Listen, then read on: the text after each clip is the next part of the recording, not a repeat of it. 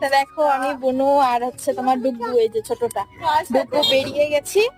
আর যেতে যেতে মাদের সাথেও দেখা হলো, মাদেরকে একটা চাবি দিয়ে দিলাম কখন আসি। এখন মা যদি এসে যায় তাহলে হচ্ছে গেটটা খুলে দিতে পারবে, তাই। আর এদিকে পিসেমণি একটা ফন্দি করেছে যে পিসেমণি ডুগুকে বলবে যে কুরকুরে খাবে, এই খাবে, ওই খাবে। পিসেমণি একবার বললো ডুগুকে, কিন্তু ডুগু বললে না, এসব খেলে তো পেট ব্যথা হয়। তো ডুগু একদম ভালো কথা বলছে, তাই না ডুগু? হ্যাঁ, কুরকুরে খেলে কি হয়?